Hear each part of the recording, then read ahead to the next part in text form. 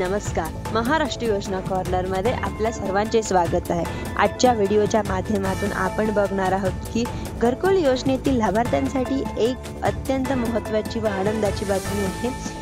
टप्पा दुसरा जो लाभार्थी घरकुल यादीमध्ये मंजूर झालेला आहे अशा लाभार्थ्यांच्या बँक खात्यामध्ये पैसे येणार आहेत। याबद्दलची माहिती राज्य सरकारच्या माध्यमातून देण्यात आली आहे। प्रधानमंत्री आवास योजनेअंतर्गत जे लाभार्थी अर्ज केलेले आहेत, आवास प्लस नावाचा जो सर्वे झालेला होता, त्या सर्वे अंतर्गत ज्या लाभार्थ्यांना अर्ज केलेला आहेत अशा भरपूर लाभार्थ्यांचे नावे मंजूर यादीमध्ये आलेले आहेत। ज्या लाभार्थ्यांचे नावे मंजूर यादीमध्ये आलेले आहेत अशा लाभार्थ्यांना बँक खात्यामध्ये पहिला टप्पा हा सुद्धा जमा झालेला आहे, म्हणजे पहिला हप्ता हा त्यांना वितरित केला गेलेला आहे।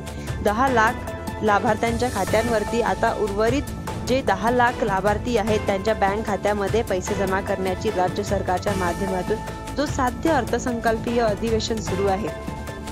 या अंतर्गत केंद्र पुरस्कृत प्रधानमंत्री आवास योजना ग्रामीण सर्वसाधारण व आजगत घटकातील लाभार्थ्यांकरिता पुरवणी मागणीमध्ये टिप्पणी देण्यात आली आहे। अतिशय महत्त्वपूर्ण ही माहिती आहे। जास्तीत जास्त लोकांपर्यंत शेअर करा जेणेकरून सर्वांना या योजनेचा लाभ व माहिती मिळण्यास